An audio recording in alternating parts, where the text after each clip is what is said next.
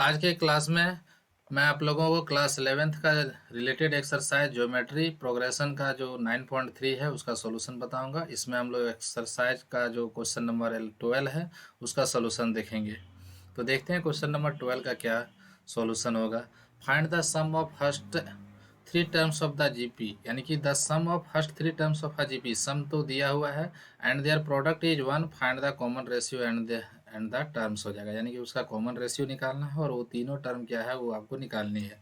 सबसे पहले यहाँ दो इंपॉर्टेंट केस दिया हुआ है। फर्स्ट थ्री टर्म का सम दिया हुआ है और फर्स्ट थ्री थ्री टर्म का प्रोडक्ट भी दिया है। तो ऐसे केस में इसको स्पेशल केस में हमको क्या करना होगा, ट्रीट करना होगा। Late three terms of the GP. इसको बनाने का दो तीन तरीका हो सकता है। दो तरीका तो बड़ा कॉमन आसानी से बनाया जा सकता है। तो मैं एक आसान तरीका आपको बताता हूँ जो बड़ा ट्रिकी होगा। The sum of first three terms of the GP. तो मैं यहाँ पे जीपी का पहला तीन टर्म सपोज कर लेता हूँ। ऐसा लेना है ताकि क्या है, जीपी फॉर्म कर जाए। तो मैं यहाँ से लेता हूँ लेट थ्री टर्म्स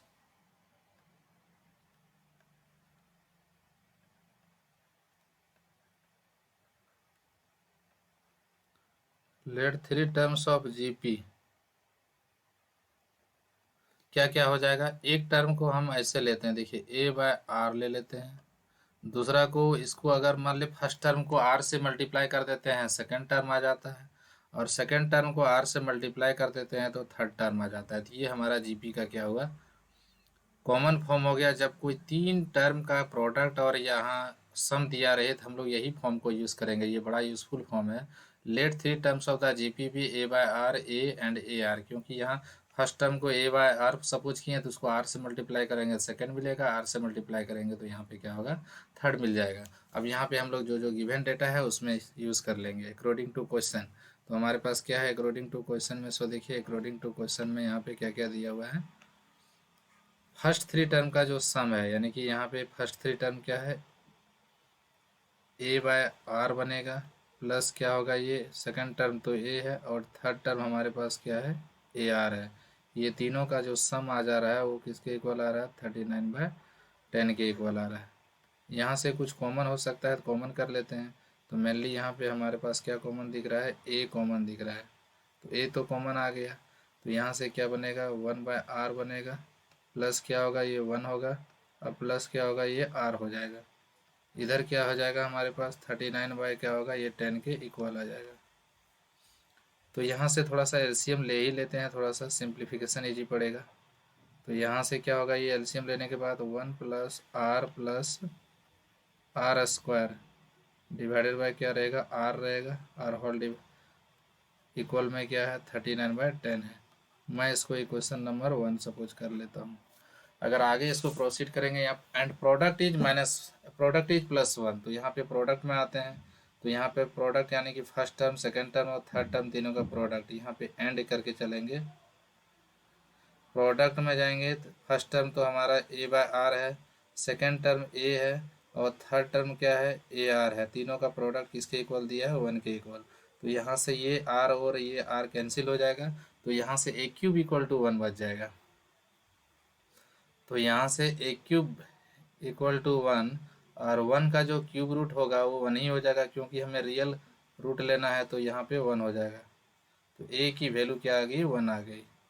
तो ए का वैल्यू 1 आ गया तो मैं इक्वेशन नंबर 1 में यूज़ कर लेता हूँ उसको। तो फ्रॉम 1 कर देते हैं यहाँ से। तो फ्रॉम 1 से यहाँ से ए का वैल्यू 1 यूज़ करेंगे तो ये क्या बन जाएगा, 1 + r डिवाइडेड बाई ये क्या रहेगा, आर, जो कि किसके इक्वल हो जाएगा, 39/10 के इक्वल होगा। क्रॉस मल्टीप्लाई इसको कर देते हैं। तो क्रॉस मल्टीप्लिकेशन के बाद ये क्या मिलेगा,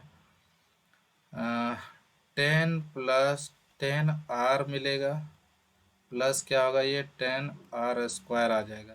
राइट पार्ट में क्या होगा, 39r होगा। अगर हम इसको ट्रांसपोज कर देते हैं तो कुछ इस तरह से आ जाता है। 10r² को पहले लिख लेंगे, 10r² प्लस क्या है हमारे पास, 10r, और इधर ला के 39r को सब्ट्रैक्ट करेंगे तो -20। अच्छा लिख देते हैं एक बार यहाँ से 10r, इसमें से हमको क्या सब्ट्रैक्ट करना है, 39r को सब्ट्रैक्ट करना है, क्योंकि ट्रांसपोज होगा तो माइनस हो जाएगा। प्लस ये क्या है, 10 दिया है, इक्वल टू क्या है, 0 के इक्वल है। अगर इसको हम आगे प्रोसीड करते हैं तो क्या मिलता है, सो देखिए। तो हमारे पास आ रहा है 10r² आ रहा है 10r² माइनस क्या बन रहा है, ये 29r बन रहा है, और साथ में ये क्या हो रहा है, +10 बन रहा है, +10 इक्वल टू क्या है, 0। ये +10 है, सॉरी ये +10 है। यहाँ से ये हमारा यहाँ पे क्या था, ये +10 था, जो कि क्या है, इक्वल है 0 के इक्वल है। अब ये क्वाड्रेटिक इक्वेशन आ गया इस आर में, इसको हम यहाँ से फैक्टराइज करेंगे और आर का वैल्यू निकालेंगे। तो देखिए ये इसका फैक्टराइजेशन भी बड़ा इजी है। इसको अगर हम फैक्टराइज करना स्टार्ट करते हैं तो यहाँ से क्या होगा, 10r² माइनस क्या होगा, ये 25r माइनस 4r में इसको तोड़ देते हैं ताकि दोनों का सम 29 आ जाए और दोनों का प्रोडक्ट +100 आ जाएगी। और यहाँ से क्या होगा, +10 होगा इक्वल टू 0 हो जाएगा। यहाँ से मेरा कॉमन दिख रहा है, ये दो टर्म को हम साथ में रख लेंगे तो यहाँ से क्या हो जाएगा, ये 5r कॉमन आएगा, तो यहाँ से क्या होगा, 2r हो गया, माइनस क्या होगा, ये 5 बचेगा। फिर यहाँ से क्या होगा, -2r कॉमन, -2 कॉमन आएगा तो ये होगा +2r, और ये माइनस एंट्री कर जाएगा, 5 हो जाएगा इक्वल टू क्या हो गया, 0 हो गया। तो यहाँ से अगर 2r-1 करते हैं, 2r-1 नहीं, 2r-5 कॉमन हुआ फर्स्ट टर्म से और सेकंड टर्म से भी, और यहाँ पे हमारा कॉमन पार्ट लेने के बाद क्या बचता है, 5r-2 बचता है, जो कि किसके इक्वल हुआ, 0 के इक्वल।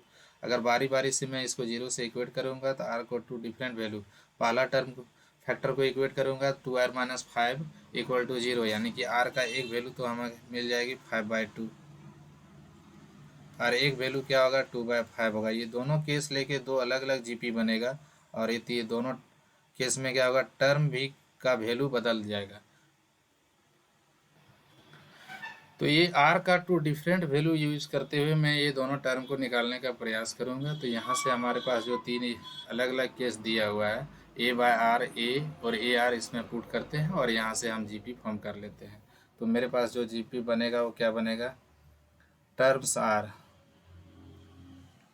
ये तो डायरेक्ट मैं क्या करता हूँ, जीपी यहाँ पे बनाता हूँ, जीपी। तो पहला केस में क्या होगा, जब आर का वैल्यू हम यहाँ पे क्या करेंगे, यूज़ करेंगे GP when are equal to क्या हो जाएगा, 5/2 बना लेगा। और हमें पता है फर्स्ट यहाँ पे ए की वैल्यू क्या आ गई थी, 1 आ गई थी। इस तरह से हमारा जो जीपी बनेगा, तो फर्स्ट टर्म में यहाँ क्या था, a/r था, तो a/r यानी कि क्या होगा, जब हम 1 को 5/2 से डिवाइड करेंगे तो 2/5 में चेंज हो जाएगा। फिर क्या होगा, सेकेंड टर्म तो 1 ही है, और थर्ड टर्म क्या था, ar था, तो ar की वैल्यू क्या आ जाएगी, यहाँ पे a का वैल्यू 1 है और r की वैल्यू 5/2, यानी कि ये 5/2 में ही रह जाएगा। तो हमारे पास जो फर्स्ट केस में जो जीपी बनेगा वो कुछ इस तरह से बन जाएगा। तो जीपी क्या बनेगा, फर्स्ट टर्म हमारा दिख गया है 2/5 है, सेकेंड टर्म क्या दिख गया है, 1 है, और थर्ड टर्म हमें क्या मिल गया है, 5/2 आ गया है। अगर मैं यहाँ पे क्या करता हूँ, आर का क्या करता हूँ, वैल्यू बदल देता हूँ, यानी कि आर का वैल्यू क्या कर लेता हूँ, 2/5 में चेंज कर लेता हूँ। तो ऐसे केस में क्या होगा, a/r क्या आ जाएगा, देखिए फर्स्ट टर्म जीपी का क्या मिलेगा, तो ए का वैल्यू तो 1 यूज़ करेंगे, ये तो परमानेंट हो चुका है, ए की वैल्यू क्या हो गई है, 1 हो गई। तो ए का वैल्यू तो हम 1 यूज़ करेंगे, तो 1 को 2/5 से डिवाइड करेंगे तो ये पलट जाएगा, ये हमारे पास क्या आएगा, 5/2। सेकेंड टर्म तो ए ही कहला रहा है, तो 1 हो गया। और थर्ड टर्म हमारे पास क्या होगा, ar, यानी कि ए की वैल्यू 1 यूज़ करेंगे और आर की वैल्यू मैं 5/2 यूज़ करूँगा यहाँ से, नहीं, आर की वैल्यू कितना है, 2/5 इस बार यूज़ करना है, आर की वैल्यू 2/5 यूज़ करना है। तो ऐसे केस में थर्ड टर्म हमारे पास क्या आएगा, 2/5 आएगा। ऐसा इसलिए है क्योंकि हमारे पास जो जीपी का सपोजिशन था, फर्स्ट टर्म को ए आर, सेकेंड टर्म को ए और थर्ड टर्म को ए आर था। तो ऐसे केस में मैं यहाँ पे दो अलग अलग सिचुएशन क्रिएट कर लिया हूँ। तो यहाँ से जो जीपी बना तीनों टर्म, अगर आर का वैल्यू हम लोग यहाँ से 2/5 यूज़ कर रहे थे तो क्या बन गया, सो देखिए। तो सबसे पहले हमारा पहला टर्म दिखा 5/2, दूसरा टर्म क्या दिखा 1, और तीसरा टर्म क्या दे गया, 5/2, 2/5 आ गया। तो ये हमारा क्वेश्चन 12 कंप्लीट हुआ। देखते हैं क्वेश्चन 13 क्या दिया गया। 13 भी एक अच्छा क्वेश्चन कंसिडर किया जाएगा। 13 देखिए, how many terms of the GP, GP के कितने टर्म्स को ऐड करें ताकि उसका समेशन 120 के इक्वल आ जाए। तो मैं जीपी का कितना टर्म को ऐड करूंगा ताकि उसका समेशन 120 के इक्वल आएगा। तो इसको निकालने के लिए हम यहाँ पे क्या करते हैं, देखिए ये जीपी तो कन्फर्म है, दे दिया गया है, नहीं भी देता तो मैं चेक कर लेता। Since first term of the GP is given, first term of the GP क्या है, 3 के इक्वल है। कॉमन रेशियो इज ऑल्सो 3, क्योंकि 3 स्क्वायर आया है तो 3 से डिवाइड हुआ है फर्स्ट टर्म से, तभी तो 3 आया है। और इसका जो एस एन दिया हुआ है, sum of first n terms of the GP is given 120। तो ये हमें कितने टर्म को ऐड करने के बाद क्या हुआ है, यहाँ पे 120 मिला होगा। तो इसको हम कैसे यहाँ से बनाएंगे, how many terms of the GP are needed to give sum 120। तो यहाँ एस एन की मेरे पास जो फार्मूला जीपी में है वो क्या है, एस एन निकालने का फार्मूला, जब आर का वैल्यू 1 से ग्रेटर होता है तो a into r to the power n minus 1 divided by ये क्या बनेगा, आर माइनस 1 आ जाएगा। तो यहाँ से हमें ये तो वैल्यू मालूम है। अब ए की वैल्यू हमारे पास क्या है, 3 है। आर की वैल्यू भी हमारे पास 3 है, उसकी पावर एन कर लेता हूँ, -1 कर देता हूँ। और यहाँ से क्या होगा, 3 - 1, जो कि किसके इक्वल हो जाएगा, 120 के इक्वल, क्योंकि क्वेश्चन में दे दिया है 120 एस एन है। ये यहाँ से 3 बाई ये क्या होगा, 2 हो जाएगा। यहाँ से क्या बचेगा, 3 to the power n minus 1 equal to क्या है, 120। इसको थोड़ा सा पलट देते हैं तो ये कुछ इस तरह से बनेगा, 3 to the power n minus 1 equal to ये 120 है। तो क्रॉस करेंगे तो 2 ऊपर आ जाएगा, 3 यहाँ डिनोमीटर में आएगा। 3 के टेबल में ये 40 टाइम्स में डिविजिबल है। तो हमारे पास क्या डेटा मिल गया, यहाँ से 3 टू द पावर n जो है -1 वो किसके इक्वल हो गया, 42 जाए 80 हो गया। अगर मैं -1 को ट्रांसपोज कर लेता हूँ तो यहाँ से क्या मिलेगा, 80 + 1 जो कि 81 आएगा। यानी कि 3 टू द पावर n जो है वो 81 के इक्वल दिख गया।